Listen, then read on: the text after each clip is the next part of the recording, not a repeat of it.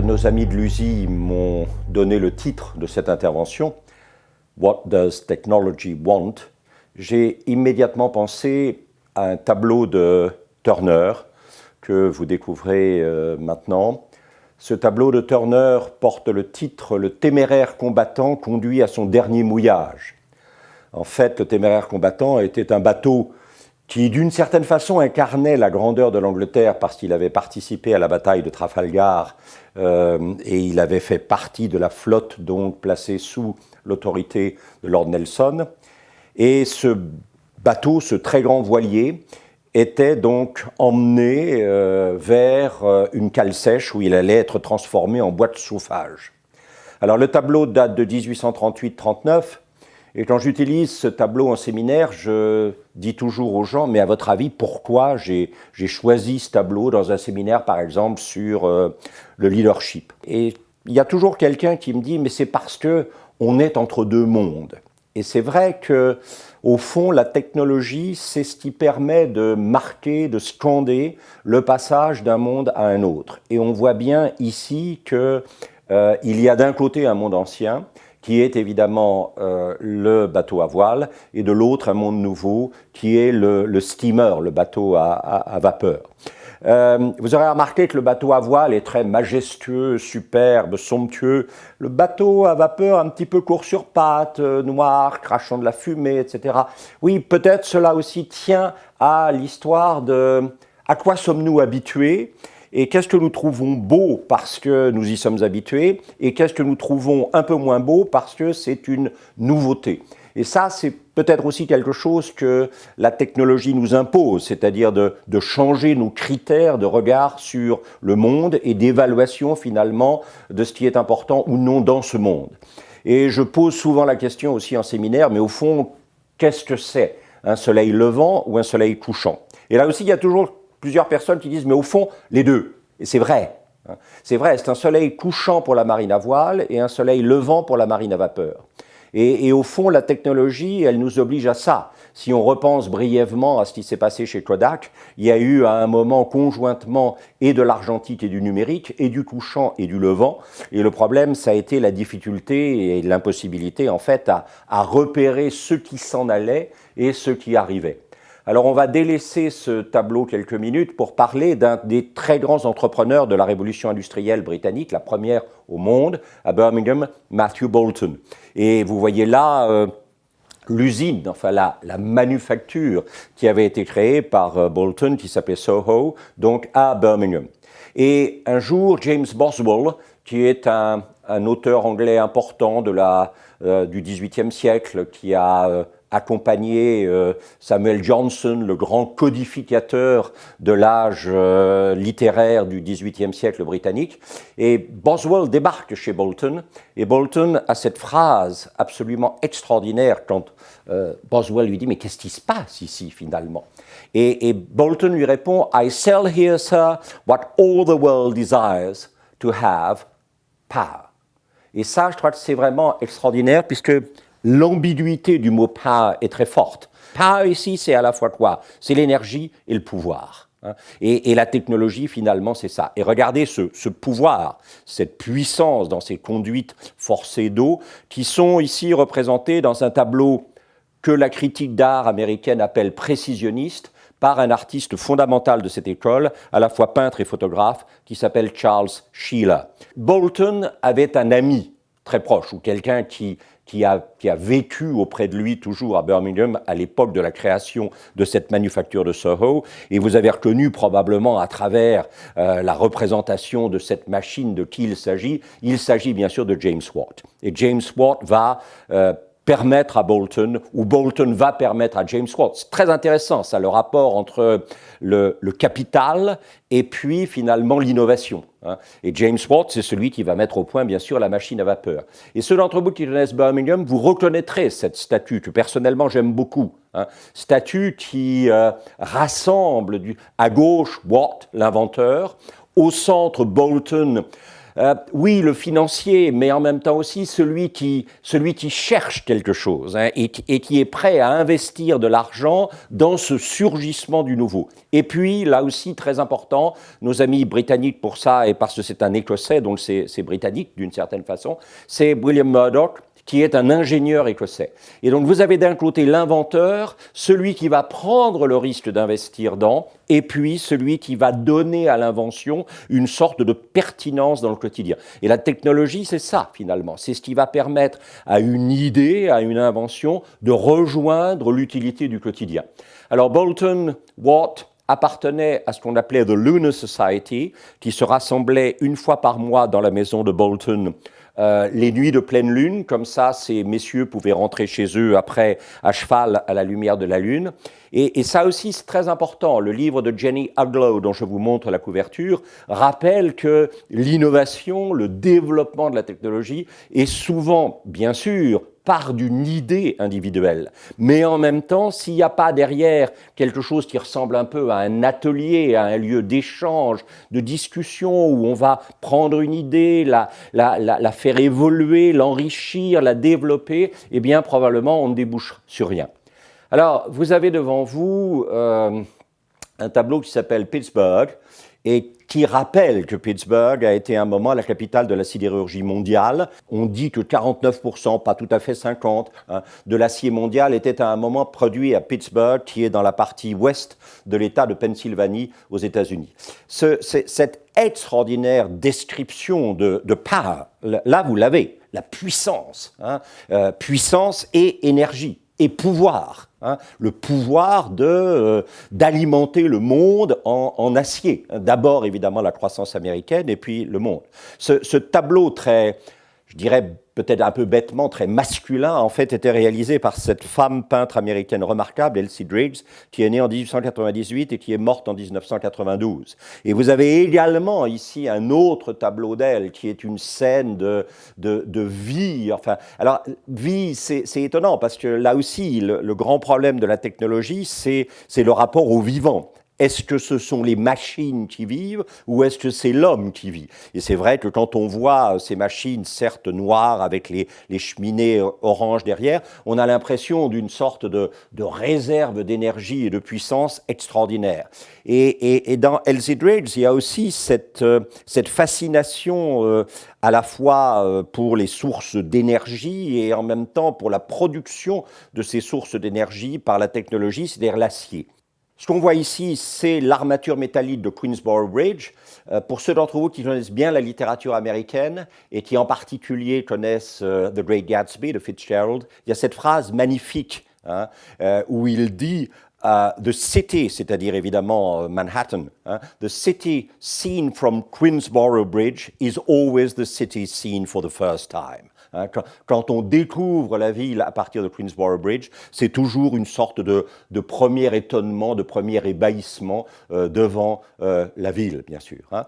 Alors, c'est cette combinaison, finalement, des sources d'énergie, le charbon, de l'acier, hein, produit par ces sources d'énergie qui vont permettre de faire fondre le minerai, de le liquéfier, et puis de le travailler, de lui donner forme. C'est aussi une femme qui nous en montre des photos assez extraordinaires, qui s'appelle Margaret Bourke-White, des grandes femmes photographes disons, de la première moitié du XXe siècle aux États-Unis, vers les années 30, 40. Hein, et vous avez ces représentations assez extraordinaires de l'intérieur, finalement, de hauts fourneaux, de fonderies. Hein. Et ça, on revient à Charles Sheeler, et c'est assez extraordinaire. Vous avez des conveyors, hein, c'est-à-dire des choses qui permettent de transporter du matériau, des produits à l'intérieur d'un ensemble industriel. Cette photo sur les conveyors, puisque Sheeler est à la fois photographe et peintre, regardez la photo extraordinaire qu'il a prise des arcs-boutants de la cathédrale de Chartres. Hein. Et c'est fabuleux de penser que d'une certaine façon, il nous montre ces lieux industriels requérant le même type de savoir-faire vertigineux au point de vue architectural et le même type de travail collectif d'une communauté engagée dans la production du nouveau grâce à la maîtrise d'une technologie. que finalement dans le monde médiéval. Et Charles Demuth, qui était un ami de Sheila, qui appartient aussi à l'école précisionniste, vous montre une représentation du monde industriel avec les fumées générées par ce monde, et il appelle ça l'encens d'une nouvelle église, incense of a new church. Et alors là, on est peut-être dans le problème, c'est-à-dire, est-ce que la technologie est au service, finalement, du sens, ou est-ce qu'elle revendique de devenir à elle toute seule le sens, Et j'aime beaucoup Demuth. Demuth est quelqu'un qui est né à Lancaster, en Pennsylvanie, lui aussi. Et vous voyez, ces deux fumées d'usine, il va les appeler Aucassin et Nicolette. Et Aucassin et Nicolette, vous savez, ce sont les héros de certains éléments de littérature médiévale. Et donc, cette idée que la cathédrale de Chartres, on la retrouve dans les Convers de Sheila, et que la jonction des deux cheminées, ce serait finalement la représentation de deux personnages caractérisés par l'amour courtois, on est véritablement en train de changer le monde. Alors ici, vous avez les silos à grains, de Buffalo, dans Upstate New York, bien sûr, par Rolson Crawford, qui est aussi un des membres de l'école précisionniste. J'ai mis ça parce que lors de son voyage aux États-Unis, Le Corbusier a vu ces silos et il a été absolument fasciné par ça.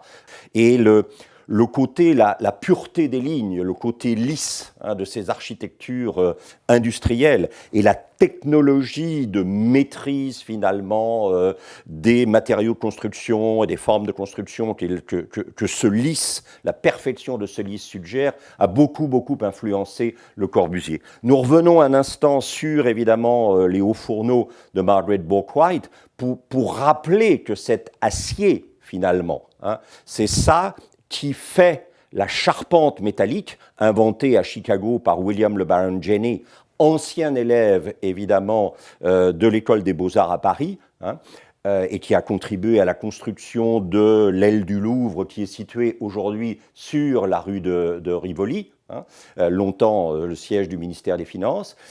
William le Baron Jenney, à Chicago, a inventé la charpente métallique qui a permis de construire les gratte-ciels. Et vous voyez que Stiglitz, ici, nous montre comment la présence de l'acier permettant de monter ces charpentes, cette technologie de la charpente métallique, va permettre de changer complètement le paysage urbain.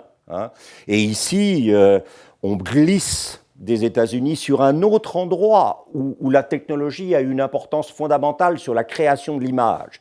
Je n'ai pas rapporté d'image ici de Marinetti, mais il faut toujours se souvenir que le futurisme italien n'aurait pas existé à la fois sans la pratique d'un certain nombre de peintres, on va parler de Boccioni, de Balla, de Severini, etc., mais très probablement, ces peintres-là ne se seraient pas lancés ou n'auraient pas radicalisé leur intuition d'une nouvelle forme d'image s'il n'y avait pas eu Marinetti et la fascination de Marinetti pour un technologique à la fois automobile et aérien qui permettait de changer le regard sur le monde. Et ça, c'est fabuleux. La technologie, c'est ce qui permet de changer le regard que nous portons sur le monde et de nous apprendre à renouveler la manière dont nous voyons le monde. Au fond, la technologie, elle réenchante d'une certaine façon le monde. Et on sent bien qu'ici, là vous avez par exemple Umberto Boccioni, un tableau qui parle justement de la construction de la ville, de la montée en force de la ville. Alors après, il y aura le problème de comment on fait d'une ville une cité, mais ça c'est une autre histoire. Mais Boccioni vous dit, quand on construit une ville, ça génère une sorte d'énergie, de dynamisme, de mouvement. On est emporté par. Et cet emportement que permet la technologie, cette accélération du temps et ce renouvellement des figures de l'espace, c'est fondamental dans un tableau comme ça. Le futurisme italien, à cet égard, est vraiment très précieux. Et regardez évidemment ce gratte-ciel, les taches de soleil sur le Sheldon, gratte-ciel de New York, que connaissait admirablement cette femme qui est une des plus grandes femmes de l'histoire de la peinture américaine, Georgia O'Keeffe, qui a longtemps été la compagne de Stiglitz, dont nous avons eu une photo tout à l'heure et dont nous allons reparler.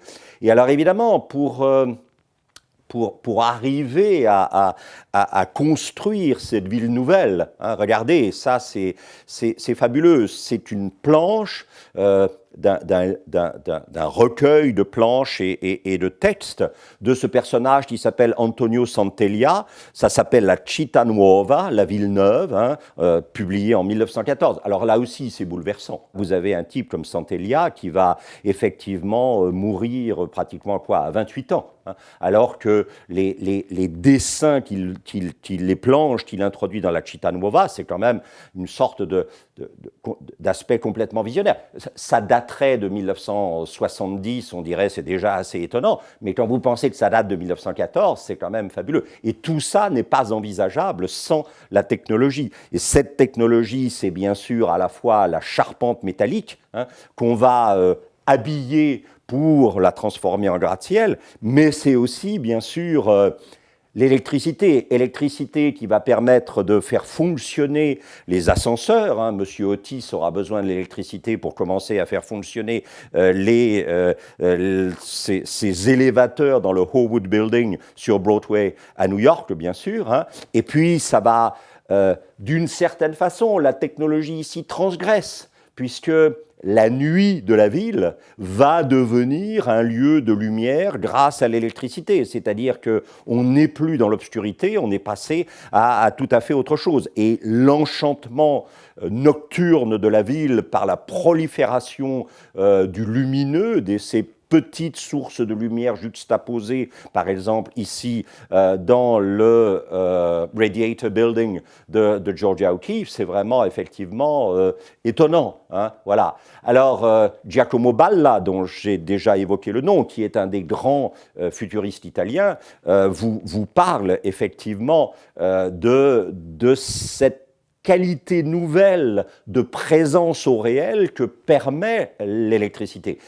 J'insiste sur cette formule, qualité nouvelle de présence au réel. Hein, et c'est ça le critère sur lequel on va probablement juger, nous décider sur la technologie. Est-ce que la technologie nous permet une qualité nouvelle de présence au réel, ou est-ce que finalement elle nous écarte du réel et nous enferme dans la technologie elle-même. Hein. Voilà. Et Santeglia, regardez, vous représente ici une centrale électrique. Hein. Il ne peut pas y avoir de Città Nuova, il ne peut pas y avoir de ville nouvelle telle qu'il la présente dans ce recueil fabuleux de planches dessinées par lui. Il ne peut pas y avoir ces élévations en hauteur, cette verticalisation du monde, parce qu'au fond, c'est ça le problème de la technologie, c'est que la ville, ce qu'on appelle urban sprawl, la ville s'étalait horizontalement, et puis tout d'un coup, elle va surgir verticalement. Hein.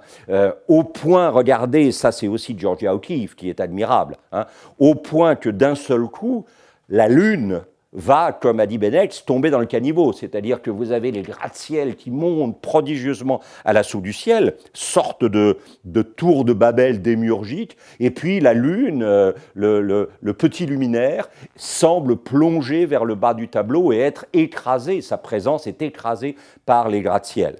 Alors, incontestablement, O'Keeffe, qui encore une fois est un très grand peintre, hein. O'Keeffe vous montre combien effectivement ces verticalisations peuvent avoir quelque chose d'inhumain et d'un peu terrifiant. On a l'impression ici de s'engager dans un défilé, hein, et les défilés sont toujours dangereux, comme chacun sait, entre ces parois un peu nues, anonymes des rues des grandes villes. Alors dans le Radiator Building que j'ai montré tout à l'heure, il y a cette sorte d'enseigne, hein, au néon qui porte le nom d'Alfred Stieglitz. Et Alfred Stieglitz, c'est celui qui, en 1903, a créé cette revue très importante qui s'appelle Camera Work. Pour la première fois, on a publié une revue sur la photographie. Et la publication de cette revue sur la photographie a fait passer la photographie de quelque chose qui était probablement perçu par les gens simplement à l'époque comme une technique, comme du technologique, dans le champ de l'art, bien sûr. Les deux personnages dont j'ai parlé, Sheila, Demuth, Dregs, dans une certaine mesure, Georgia O'Keeffe, incontestablement, sont tous des gens qui ont été pris dans l'orbite intellectuelle et esthétique de Stieglitz, dont on ne dira jamais assez quel rôle il a joué dans la propagation de la modernité. Regardez par exemple, effectivement, ici, il s'agit du RCA Building, le noyau dur du Rockefeller Center à New York, voulu par Wallace K. Harrison, voulu par John D. Rockefeller, avec l'aide de ces deux architectes, d'un côté Wallace K. Harrison et de l'autre Raymond Hood. Et alors vous sentez qu'il y a un aspect véritablement tour de Babel inaccessible, paroi sur lequel l'œil et les mains de l'homme ne pourraient que glisser. Et là, on voit bien l'aspect quand même toujours un tout petit peu préoccupant du technologique, c'est-à-dire une sorte de démesure que l'homme crée et qui finalement risque de lui échapper et de renvoyer le réel à une inhumanité assez vertigineuse et préoccupante. Ici, évidemment, Edward Muybridge, britannique installé aux États-Unis, qui va commencer, lui, la chronophotographie, c'est-à-dire la décomposition du mouvement. Et vous le savez, comme toutes les grandes inventions, elles émergent généralement simultanément dans deux endroits différents parce que leur temps est venu, que ce soit l'invention de la banque, par exemple, à Sienne et dans les villes flamandes, quasiment en même temps. Et alors, de même que vous avez Muybridge aux États-Unis, eh bien, vous avez en France Étienne Jules Marais, un Dijonnais, qui va inventer cet extraordinaire fusil à photographier que vous voyez utilisé ici et qui va permettre, bien sûr, d'anticiper, enfin, d'abord de montrer la décomposition d'un mouvement, ce qui est absolument étonnant, et puis, bien sûr, ensuite, de basculer au bord du cinéma, c'est-à-dire la représentation d'un mouvement par la projection de ces photographies prises par le fusil à photographie. Et alors, regardez bien ça, c'est fabuleux. Giacomo Balla, dont j'ai déjà parlé, qui vous montre ici effectivement ce qu'il appelle le dynamisme d'un chien en laisse. J'ai jamais compris si ce que je préfère c'est les pattes ou la queue ou la laisse ou le bas de la robe de la dame, mais vous voyez là il vous dit si la peinture n'est pas capable de se hisser au niveau de la puissance technologique de la photographie et depuis l'invention, enfin depuis la popularisation de la photographie au milieu du 19e siècle, la grande question pour la peinture c'est qu'est-ce qui nous reste en termes de production d'images, à nous la peinture d'une certaine façon, eh bien il faut là que la peinture se montre capable de faire ce que fait la photographie, sinon elle va devenir illégitime. Alors ici, vous avez bien sûr ce qu'on appelle the River Rouge Plant, c'est-à-dire c'est la grande usine de la rivière Rouge à Dearborn, ce sont les usines Ford, c'est là que va être produit le modèle T, et c'est à nouveau Charles Sheeler dont nous avons parlé tout à l'heure. Et alors, vous sentez à la fois la puissance technologique et le vide, c'est-à-dire que dans ce monde où des gens travaillent à l'intérieur de l'usine, vous ne voyez pas de présence. Et regardez la façon dont Schiller a soigneusement montré comment l'eau ne reflète pas finalement l'usine. Alors, Ralph Steiner, qui est un photographe américain extrêmement intéressant, c'est justement passionné pour le modèle T. Et regardez bien la façon ici dont les angles de vue qu'il adopte sont des angles de vue qui correspondent à cette essence de la technologie qui est de chavirer, de brutaliser finalement notre regard sur le monde. C'est-à-dire que la technologie nous oblige à adopter d'autres angles de vue. À la fois l'objet est nouveau et l'objet impose une nouvelle manière de le regarder. Par exemple, ici, c'est à nouveau Balla. Alors, le titre du tableau est très intéressant. Vitesse abstraite, une voiture est passée. Et ce que Balla veut nous dire, c'est que tant qu'on regardait le paysage depuis une voiture tirée par un cheval, on avait une certaine vision du paysage. Le jour où on est monté dans une automobile, le réel n'a pas changé, mais notre regard a changé. Vous voyez, et ça c'est vraiment extrêmement important. La technologie, c'est ce qui, à la fois, peut-être change le réel, mais aussi fondamentalement change notre regard sur le réel. Et c'est peut-être là où il faudrait établir des critères de distinction entre une technologie qui veut peut-être un peu dramatiquement et de manière un peu hubristique changer le réel, plutôt que de simplement changer notre regard sur le réel. Et regardez à nouveau cette River Rouge Plant, ce grand centre de production Ford à Dearborn, qui nous renvoie bien sûr il y a une seule présence humaine, vous la verrez, près des voies de chemin de fer, extrêmement fragile, presque invisible dans ce monde. Et c'est ça la question. C'est-à-dire que la puissance technologique qui est indéniable ici, qu'est-ce qu'elle fait de l'homme, hein, voilà.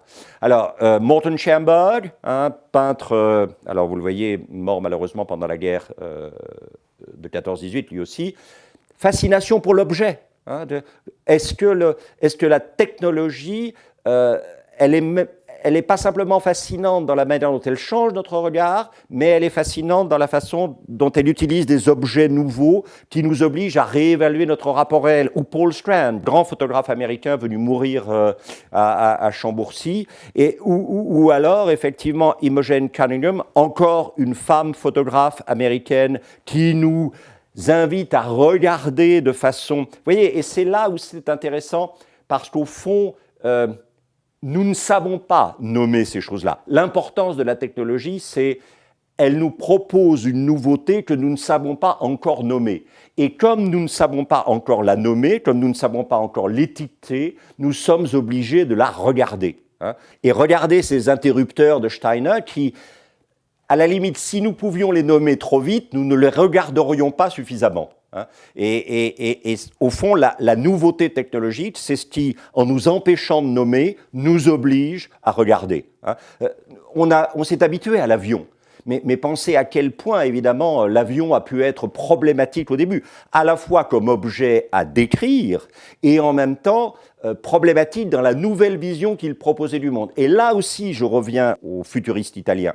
Ce futuriste un peu tardif qui s'appelle Tullio Crali, qui va véritablement être obsédé par la façon dont l'avion change. Alors, ça encore, ça va. Je veux dire, je n'ai pas rapporté ici l'hommage à Blériot de Robert Delaunay, mais c'est l'avion vu d'en bas. Et vous sentez bien, Gino Severini vous montre comment dans ce monde envahi par l'avion, hein, depuis Blériot, depuis Costebellone, depuis les combats aériens qui deviendront un des aspects fondamentaux de la Première Guerre mondiale. Hein. On avait dit à un moment que Winston Churchill avait passé son brevet de pilote en 14. Je crois que c'est pas vrai. Mais ce qui a fait le génie de Churchill, parmi bien d'autres choses, c'est qu'il a compris tout de suite l'importance de l'avion pour, effectivement, la Première Guerre mondiale et après. Donc, l'importance du pétrole. Hein, parce que si vous n'avez pas de pétrole, l'extension finale de l'Empire britannique après la Première Guerre mondiale, c'est vers le pétrole, bien sûr, dont on va avoir besoin pour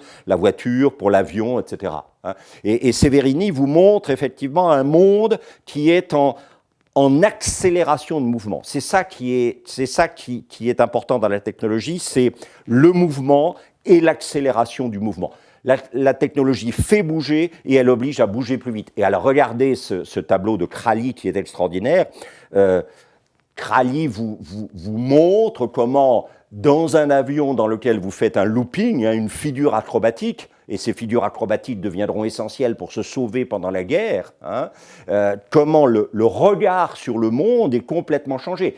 Et comment, alors là c'est à vous de choisir, est-ce que le monde est réenchanté, hein, c'est-à-dire est-ce que la technologie réenchante le monde, c'est-à-dire qu'en nous déshabituant, parce que le gros problème du regard, c'est que quand nous pensons reconnaître, nous nous arrêtons de regarder. Hein. Et la technologie, en nous empêchant de reconnaître immédiatement, parce qu'elle nous propose une nouvelle image du réel, la technologie nous oblige à concentrer notre attention. Et en même temps, vous voyez que Severini, de façon extraordinairement prégnante en 1914, montre comment l'accumulation des éléments technologiques que vous voyez répandus dans ce tableau a pour synonyme la guerre. Hein, c'est-à-dire que la technologie, finalement, la captation dont parlait Bolton tout à l'heure, la captation et la maîtrise de Power, ça peut conduire effectivement à un déploiement de puissance pour accaparer l'énergie et être sûr de la maîtriser, qui peut déboucher sur le conflit, bien sûr. Hein. Voilà. Nous avions commencé avec Turner, nous terminerons avec Turner, ce grand chemin de fer de l'Ouest qui a été construit par un des plus grands ingénieurs britanniques, Isambard Kingdom Brunel, fils d'un ingénieur français parti pour l'Angleterre au moment de la Révolution française et qui construira le premier tunnel sous la Tamise, le père. Le père enverra le fils Isambard Kingdom à Paris, à Henri IV, pour être sûr qu'il y reçoive la formation mathématique dont son père pensait qu'il aurait besoin. Et Brunel fait partie de ces visionnaires qui ont envisagé pour la première fois dans l'histoire, c'était son grand projet, comment relier Londres à New York par le fer. Alors le fer, bien sûr, chemin de fer, hein, le railway, et puis une fois arrivé à Bristol, le passage évidemment par un bateau qui serait plus en bois, mais en fer, et qui pourrait traverser l'Atlantique pour arriver dans la baie de New York. Alors c'est cette capacité du train à changer le regard sur le monde, qui anticipe la manière dont la voiture et l'avion changeront notre regard sur le monde. Cette capacité du train à changer notre regard sur le monde. Regardez, Severini nous en parle à nouveau ici, dans un tableau que j'aime beaucoup, qui représente l'entrée d'un train de banlieue dans Paris. Avec cette espèce de décomposition du paysage qui est provoquée par la vitesse et par la succession d'éléments fragmentaires de paysage juxtaposés et imbriqués les uns dans les autres par la vitesse, effectivement, du train. Alors, le tableau est composé magnifiquement. À gauche, vous voyez, vous avez un bateau. Bateau que je vous montre ici, qui est une autre manière de se mouvoir dans le réel. Vous avez des gens en contrebas de la voie ferrée qui saluent la nouveauté. Ils sont en train de faire des grands gestes de salut et d'admiration vis-à-vis du train. Vous avez à droite, alors par contre, évidemment, le laboureur. Le laboureur, c'est le temps cyclique, c'est le temps du retour des saisons, c'est le temps de la patience, du travail de la terre, alors qu'évidemment, on est ici en pleine accélération grâce à quoi? Grâce, bien sûr, au charbon et grâce au travail de technologie industrielle qui a permis, à partir des adaptations de la machine à vapeur de Watt, de créer cette possibilité de la locomotive et de l'accélération tout d'un coup du mouvement à la surface de la Terre. Et là aussi, Turner, c'est fabuleux. Il a déposé devant le train un lièvre qui s'enfuit en courant, affolé par, évidemment, le bruit, et puis ce mouvement auquel il n'est pas habitué. Et on sent bien ici que le rapport entre technologie et nature, qu'on appelle aujourd'hui écologie, ce rapport entre technologie et nature est bien sûr absolument fondamental. Et nous terminerons tout simplement en contemplant cet admirable chef-d'œuvre de Turner, The Great Western Railway, où je trouve qu'il à travers le bateau, les temps anciens de la mobilité, à travers le salut et l'accueil de la nouveauté, à travers la juxtaposition du temps cyclique et du temps linéaire, et puis le rappel constant que notre fascination pour la technologie doit nous conduire à une vigilance extrême sur comment la nature reçoit cette technologie et est abordée par elle. Tout ça est au cœur du tableau de Turner avec une intelligence du questionnement qui est absolument prodigieuse.